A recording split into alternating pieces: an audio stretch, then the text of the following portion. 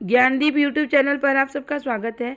आज मैं आप सबको इस वीडियो में अलंकार के बारे में बताऊंगी। अलंकार क्या है, अलंकार के कितने भेद हैं और भेदों को उदाहरण के साथ ट्रिक के द्वारा समझाऊंगी, जिससे आपको अलंकार समझने में कोई भी दिक्कत परेशानी नहीं होगी। हिंदी का कोई भी एग्जाम हो, अलंकार से क्वेश्चन पूछे ही जाते हैं, तो आप वीडियो को लास्ट तक जरूर देखिए, क्योंकि वीडियो आपके लिए बहुत ही इंपॉर्टेंट होने वाला है।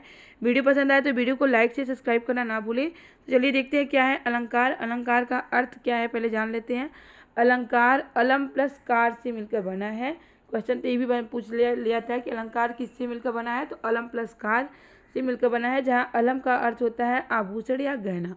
अलम का अर्थ क्या होता है, आभूषण या गहना। जिस प्रकार स्त्री की शोभा किससे बढ़ती है, आभूषण से बढ़ती है, वैसे काव्य की शोभा किससे बढ़ती है, अलंकार से बढ़ती है।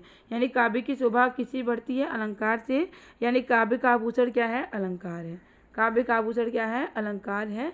तो काव्य की इसका अर्थ क्या होगा अलंकार का, काव्य की शोभा बढ़ाने वाले तत्व को अलंकार कहते हैं। क्वेश्चन पूछ लिया था अलंकार किसे कहते हैं, तो ऑप्शन में रहेगा आपको काव्य की शोभा बढ़ाने वाले तत्व को अलंकार कहते हैं। अब अलंकार के भेद कौन कौन से हैं जान लेते हैं। अलंकार के दो भेद हैं, एक शब्दालंकार और एक अर्थालंकार। तो शब्दालंकार में शब्द के द्वारा और अर्थालंकार में अर्थ के द्वारा होता है। तो शब्द देख लीजिए, अर्थालंकार पहले हम लोग जान लेते हैं। अर्थालंकार के भेद देखिए, भेद कौन कौन से हैं, उसी से क्वेश्चन बनते हैं एग्जाम में। तो है उपमा अलंकार है, रूपक अलंकार है, उत्प्रेक्षा अलंकार है, अतिशयोक्ति और मानवीकरण अलंकार। तो उपमा अलंकार आपको कोई पंक्ति दे दी जाती है, पूछा था कौन सा अलंकार है।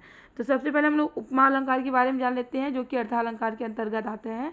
उपमा अलंकार क्या है, जब पंक्ति ट्रिक के द्वारा समझाएंगे, जब पंक्ति में योजक चिन्ह आए, योजक चिन्ह यानी ऐसे योजक चिन्ह आए और शब्द सा सी से सम, शब्द क्या रहे, सा सी सा सम सी से सरिस, योजक चिन्ह आए और शब्द कौन सा रहे, सा सम सी से सरिस आए, तो कौन सा अलंकार होता है, उपमा अलंकार होता है। तो देख लीजिए, जैसे यहाँ पे उदाहरण क्या है, जैसे है मुख चंद्रमा सा सुंदर है, कर कमल सा कोमल है। तो यहाँ पे योजक चिन्ह आपका आया है और एक कौन सा शब्द योजक चिन्ह के साथ शब्द क्या आया है, सा आया ना। तो सा सी सम से सरिस, ये सब शब्द आएंगे तो उपमा अलंकार कहलाएगा, साथ ही साथ योजक चिन्ह। तो कर कमल सा कोमल, तो कमल सा योजक चिन्ह है और सा। तो मुख चंद्रमा से, यानी मुख की तुलना किससे की जा रही है, चंद्रमा से। उपमा की जाती है तो वहाँ पे ऐसे भी समझ सकते हैं कि उपमा की जाती है तो वहाँ पे उपमा अलंकार होता है। जैसे मुख कैसा, चंद्रमा से उपमा की जाती है मुख की, और कर हाथ की उपमा किसी की जाती है, कमल से। तो ये क्या हो गया, उपमा अलंकार हो गया। अब रूपक अलंकार हम लोग जानते हैं। रूपक अलंकार है जब पंक्ति में केवल योजक चिन्ह आए, योजक चिन्ह तो आए, जैसे उपमा अलंकार में योजक चिन्ह आते थे, तो योजक चिन्ह तो आएगा लेकिन शब्द सा सी से ये नहीं आए। उपमा में ये आना चाहिए, योजक चिन्ह के साथ सा सी से सम सरिस, अगर इस सम सरिस ये सब चिन्ह आएंगे तो इसका मतलब चिन्ह के साथ ये सब शब्द आएंगे तो उपमा अलंकार। लेकिन योजक चिन्ह के साथ ये सब शब्द नहीं आएंगे, सा सी से सम सरिस, तो कौन सा अलंकार होगा, रूपक अलंकार होगा। जैसे उदाहरण में देखिए, मैया मैं तो चंद्र खिलौना ले हो, तो चंद्र के बाद क्या है, योजक चिन्ह है। तो योजक चिन्ह है लेकिन सा सी से सम इस सब ऐसा कोई वर्ड आया नहीं आया, तो इसका मतलब ये उपमा अलंकार नहीं होगा बल्कि रूपक अलंकार होगा। तो यहाँ पे ये कौन सा हुआ, देखिए यहाँ पे दूसरा उदाहरण एक और देख लेते हैं। चरण कमल बंदो हरियाई, राम कृपा भव निशा सिरानी।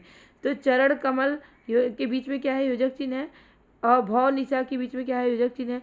लेकिन यहाँ पे सा सी से सम सरिस इस तरह का कोई शब्द आया है नहीं। योजक चिन्ह के साथ सा सी से सम सरिस शब्द भी आएगा तो उपमा अलंकार होगा, लेकिन योजक चिन्ह के साथ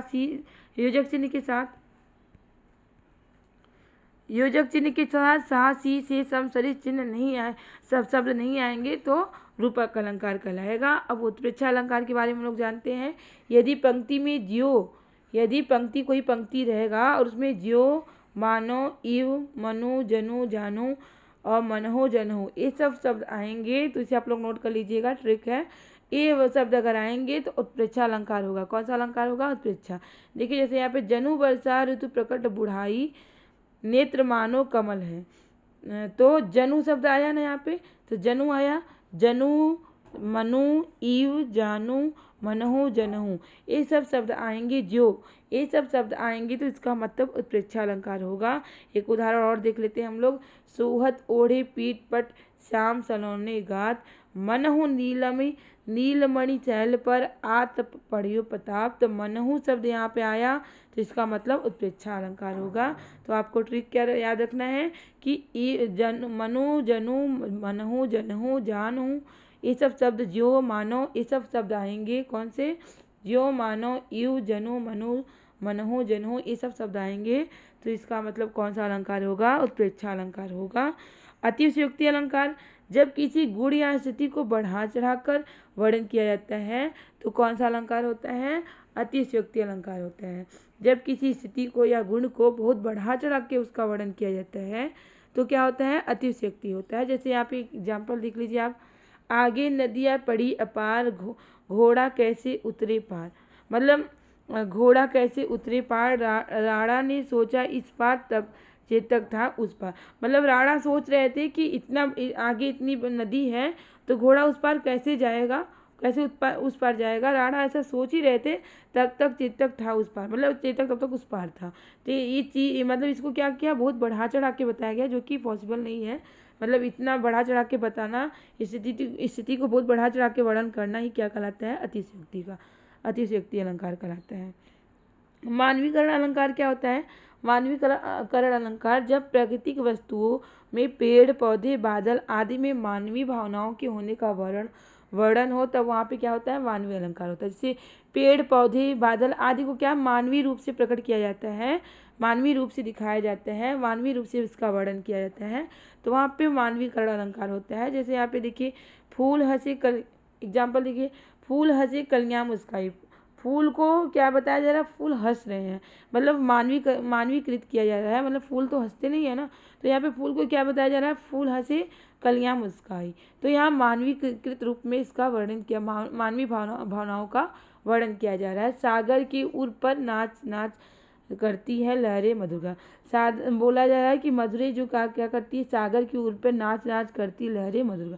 लहरें क्या कर रही है? नाच रही है। मतलब लहरों को मानवीय रूप में यहाँ पे प्रस्तुत किया गया है तो यहाँ पे मानवीकरण अलंकार होगा।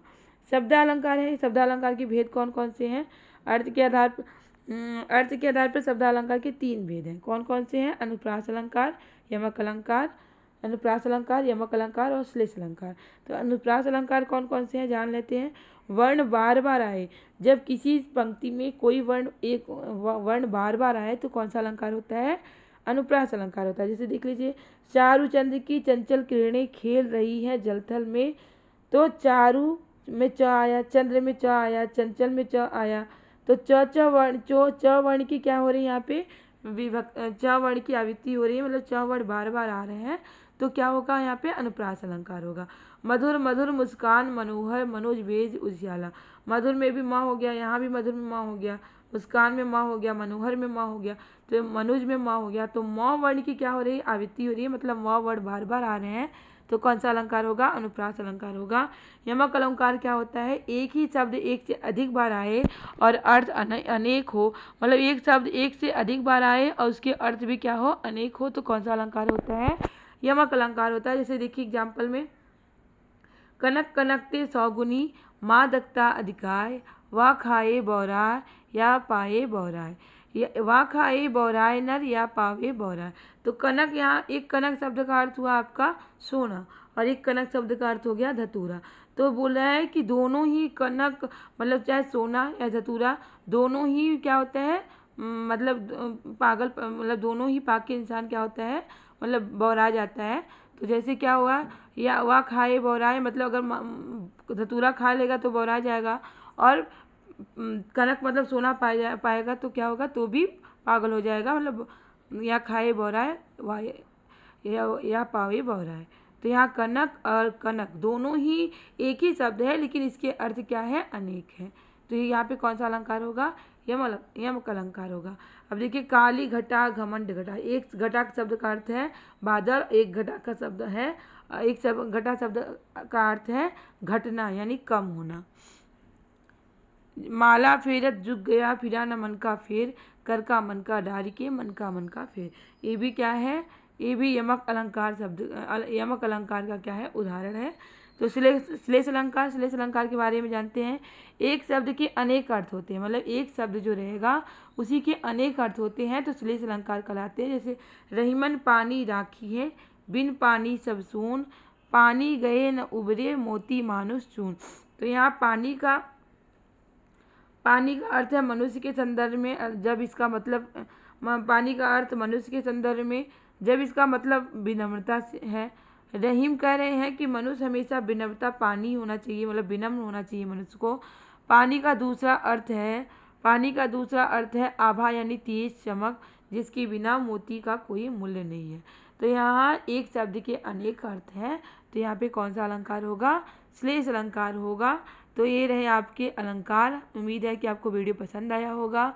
वीडियो पसंद आया तो वीडियो को लाइक से सब्सक्राइब करना ना भूलें, क्योंकि आपका लाइक से सब्सक्राइब हमें मोटिवेट करता है इस तरह के क्वेश्चन लाने के लिए, इस तरह के टॉपिक लाने के लिए, जिससे आपकी अच्छी तैयारी हो सके और आप अपने एग्जाम में सफल हो सके।